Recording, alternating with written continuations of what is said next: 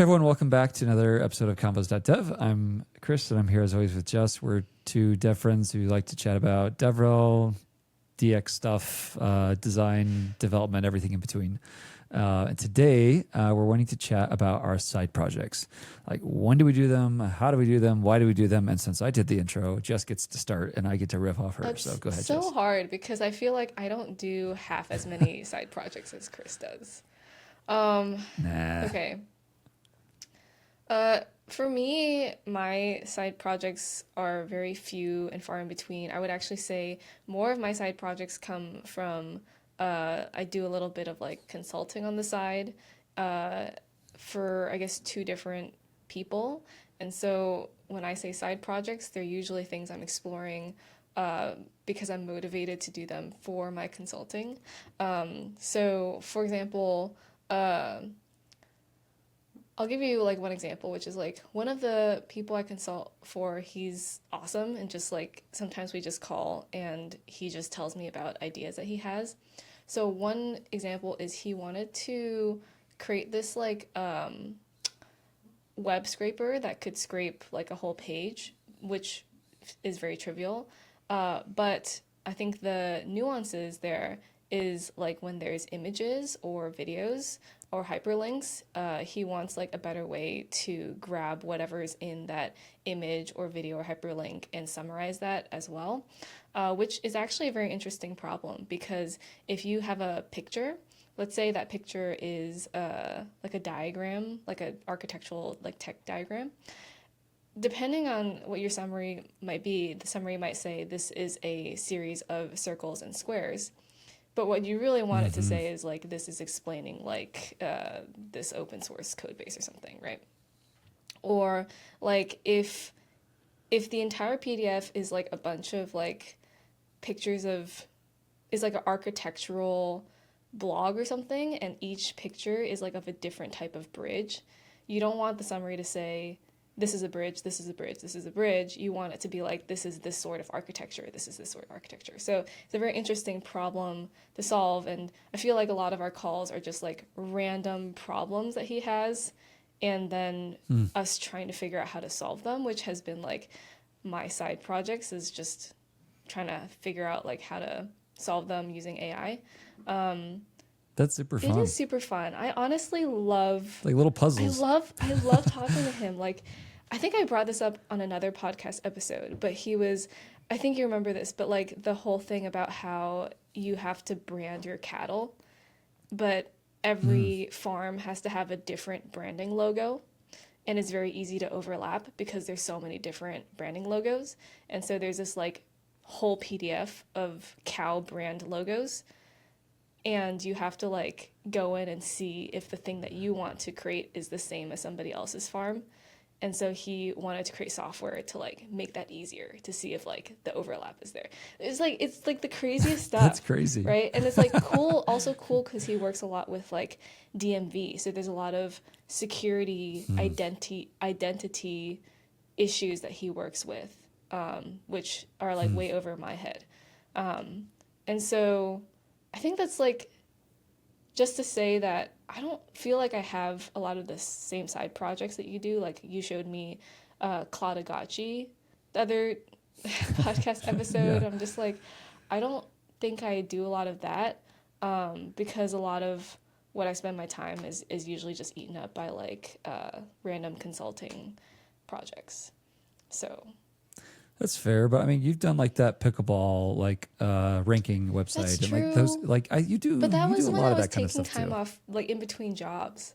It's like I can't fathom doing side projects with a job. It's just so hard for me to find time and to like carve out space for it. Yeah. You know.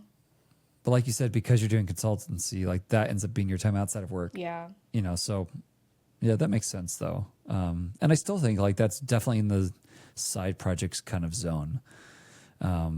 Yeah, that would be so interesting because you get to show up every week or whenever you meet and like figure out like, oh, what puzzle do I get to solve today? Like Yeah. that sounds super fun. I mean, and some of them I'm sure are less fun than others, but but that sounds super fun. And even like this, little micro things that help you within work, like just automations and stuff like that. Like in some senses, like those kind of for me fit in that. It's like not the core thing I'm supposed to be doing, but it's like I get to play a little bit and figure out some new tool or whatever. But yeah, I think for me, like for me, when I think about side projects and like especially when I do them and why I do them, a lot of it, like I think there are a bunch of different ways to approach a side project based on kind of how you're thinking. So one is like, I'll pick a new side project because I want to learn a new skill.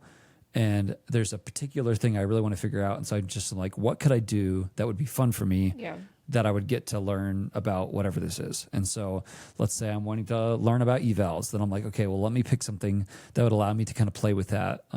So that's one thing that I feel like is really motivating for side projects is when you really want to learn something and you just need an excuse to learn it. I think honestly, like my channel is another one. Like it basically is my green light to anything I feel like doing. Like, oh, I want to do this and I'll just call it for my channel. But like, I never have picked anything for my channel. It's just like, I want to do something. And so it's my excuse to myself of like, it's okay to stay up later. It's okay to get up early because I need to do this for my channel, but really I just want to do the project. So I think like teaching somebody is also a really helpful thing. Like when you have to, even like for this the consultancy thing you're doing, like I'm assuming a lot of these, you're kind of like teaching to him and saying, here's how to do it. Here's how I think about this. Like, and so that to me would kind of fit in that zone. So something I want to do, something that like I want to teach. And then probably the third category has been like something that either like gets me close to somebody that I want to spend time with, like, or like is more of a gift for somebody like in that zone. So like I do a lot of stuff for my kids or like we played some game the other day that I used to write out on pieces of paper and I just like, well, why don't I just like vibe code an app version of this? And so there's like this debate game we'll play where like you take two sides and there's like a whole like the timer switches back and forth. And so like I vibe coded that like so. Or like, let's say I have a friend who's into like building knives and like he makes his own knives and stuff. And so I was like, oh, what if I helped you like put together this little site? And I'm like, oh, I get to play with like this cool shader thing where you can like show this on the knife. And like, so I think like those are kind of the categories I think on something I want to learn, something I want to teach, or something I want to give to somebody or do for somebody. And that third one, like I could eat up all my time with stuff because the more stuff you do for people, the more they're like, hey, could you just do this real quick? And so I have to be careful there. But I think for me, that's like both the why and like the how I choose, I guess, what I work on. That's fair. How many hours do you think you spend per month on like side projects? I don't know because a lot of it's changed, I think, with like cloud agents and stuff. Like it's really easy to honestly be doing stuff constantly and just have my phone be like, oh, cloud needs your permission to do this. Because especially in the side projects, that's where I do most of my like true vibe coding. Like I don't really even care what the code looks like. And there's kind of zones. Like I just needed to output the thing and it could be the worst code in the world and I will never care. There's like, I just need a proof of concept, but eventually this would need to be more secure. And then for me, there's like, I need to read every single line. And so side projects tend to live more in these first two categories. So to answer your question, I don't know. I would guess maybe 10 to 15 hours a week, something like that. And that's like early mornings. I'm like at dinner and I see the cloud pops up and I hit, allow, like that. It's not always just sitting in front of a computer that long. I'd guess something like that. This is such a side tangent, but have you seen that meme of like people in tech like leaving their laptops open all the time because they're like trying to get their agents to continue running? I've totally done that too. Like I've been at the airport and I'm just like my luggage is in one hand and my laptop is in the other and I've just like have it slightly open. I'm just walking with it. It's like I went to SF this last week just for like 20 hours. I was there maybe even less than that. And it's like I was there like 3 minutes before I saw some tech bro with his laptop open while he was trying to do something else. Like I'm going to walk over here and tell this guy about cloud agents to blow his mind, I know I really should do it. I just feel like I haven't really set anything up. And honestly, I don't mind. I'm just like sitting there with my laptop open. Yeah. Well, I'm guilty of, I created an Apple shortcut that uses Keyboard Maestro before they had like syncing between the phone with cloud to where it would just go on my computer and hit enter. And so that was all it did. So it could basically just like hit enter on whatever the prompt is.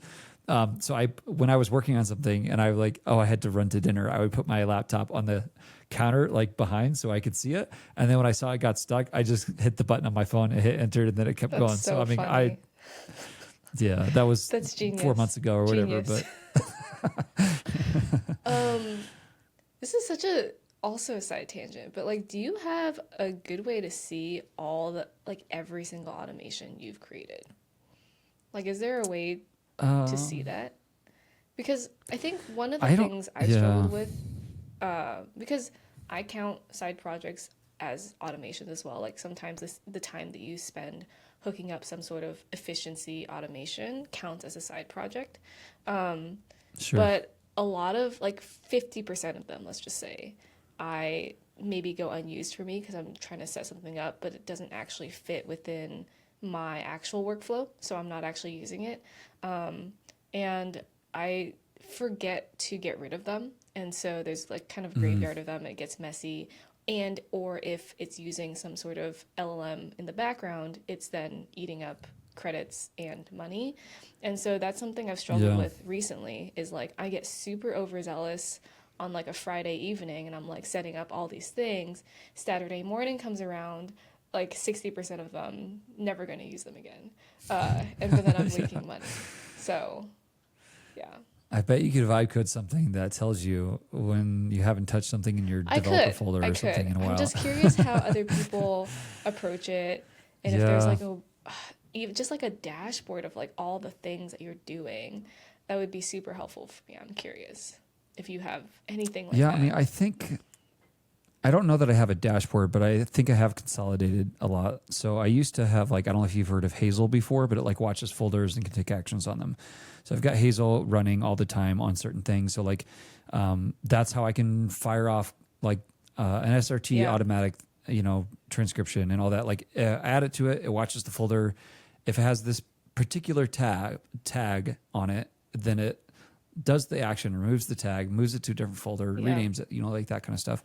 So those things kind of just happen. So once I set them up, I don't really have to think about them. So those are helpful because they just happen. yeah. I have another one that moves everything into an archive folder after it's been in my downloads for like 20 days or something like that. So I have a lot of that kind of automation that like I don't have to think about. It just happens. Second kind would be Keyboard Maestro, which is I don't know. It's like an all-in-one automation tool. You can kind of do whatever you want with it, including like set up a server on your machine and like do all kinds of crazy stuff. So I use that for really particular tasks. Like one of the things I'll do is I should show you this tool at some point. I created for us for like our all hands thing, but we have like a like a who's next thing, like in the queue of talking in a meeting. And so I coded this thing a while back and have kept adding to it. But we realized that like now that there's 45 people, to try to sync like who's there in the meeting with who's left to go is just like way too much overhead. Like I can right click and it moves them between like having gone and not.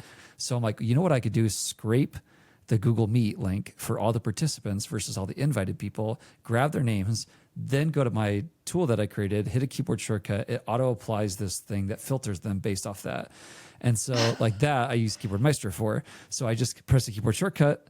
It grabs all that, it puts it on my clipboard and gives me a notification because Keyboard Maestro can run JavaScript in the front browser window. Interesting. And so I could just run JavaScript, in a window. So I do that for a lot of stuff. Like if I want to copy all the GitHub, like PRs that we've merged in the But last week, I that hit one feels like keyboard shortcut so and it much grabs it all. overhead to remember that you can Here's the use. benefit though. Like, do you just know in your head that it's just built into you? Like you've just built up the habit of using it. It's just there's so much.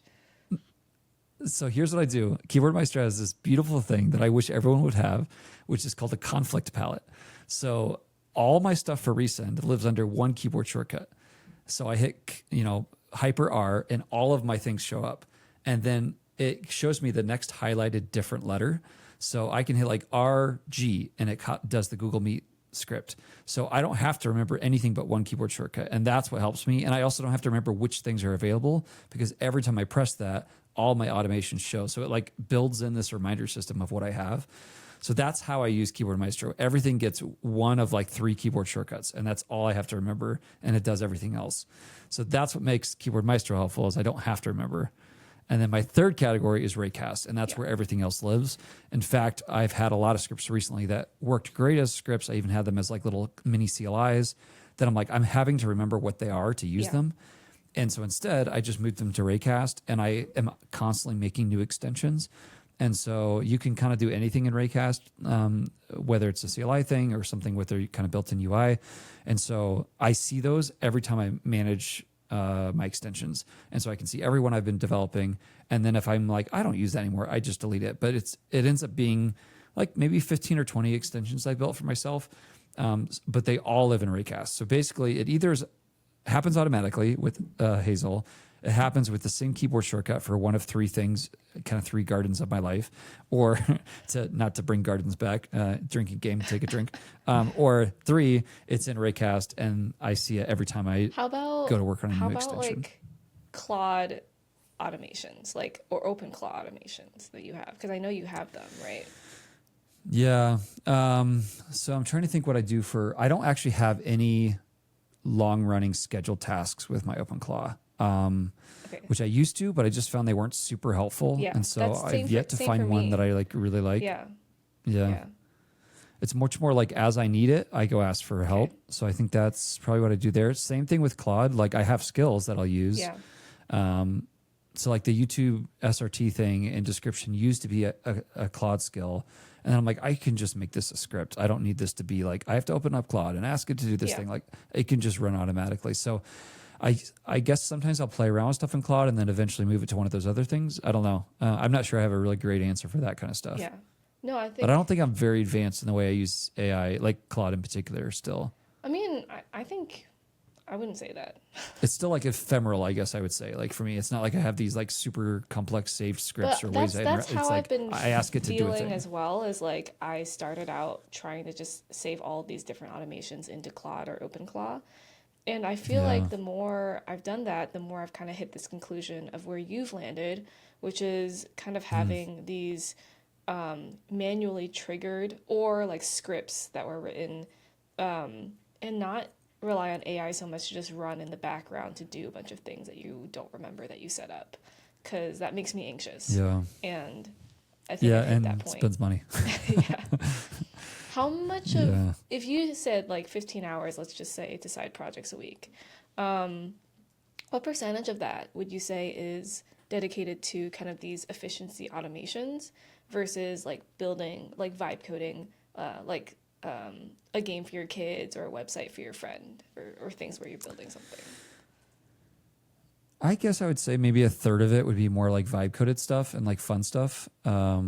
Probably another third would be more like productivity things. Yeah. Like I've been slowly working on building my own custom task manager just because, I don't know, I have issues. And then, so that would be more in that zone. And then I'd say probably at least a third is either stuff for my channel or like projects I'm working on. So like right now I'm working on this Advent of Maestro thing for December, where people can do like a 25-day challenge. And basically at the end of it, they'll have a full blog, but it teaches them day by day, like individual things. So today I actually live streamed just like me working on that. Like, and it was mostly thought, like I didn't talk at all the whole time, just had music playing and I was just like typing up notes in Obsidian. So, I'd say that's probably my split: a third fun, a third productivity, and a third like actual projects that I want to like push out to the world or teach through or that kind of stuff. That's awesome. Okay, for the sake of the time and potential battery, you want to move on to tools? Perfect. Yeah. You can go first this time. Okay. This is kind of a tool, I guess. I'm going to share it with you here. I saw this PDF the other day, which is the complete guide to building skills for Claude by Claude from Anthropic. And so I was like, this is super interesting. I don't know why it's a PDF, but I found it really helpful and insightful. And like, obviously skills are still fairly new. And so it seems like, I don't know, I just found some helpful insight there. So thought I'd pass it along. Can you text me the link? Yeah, I just did, nice. I think. Perfect. Yep. Gotta always love what Claude puts out. Anthropic puts out. Yeah. Mine is not anything new, but it's something I've been listening to a lot as I am now no longer able to walk on 2 feet, and so therefore I have to listen to things as I'm crutching because I can't use my phone because my hands are occupied. So I've been listening to a lot more of How I Built This podcast by Guy Raz. Yeah, seems like you've heard of it before. For people who haven't, it's basically a podcast, super well known, of kind of where he brings like founders onto his podcast where they talk about how they founded a company or a product, and it's really interesting to hear the stories of the company and how they worked through a lot of adversity and some of the product thinking behind it. Recently listened to the NVIDIA one, which was really interesting because obviously they kind of bloomed in the age of AI after being kind of a dead company. And then Kind Bars as well, just kind of making my way through a bunch of the episodes. But I don't know, it's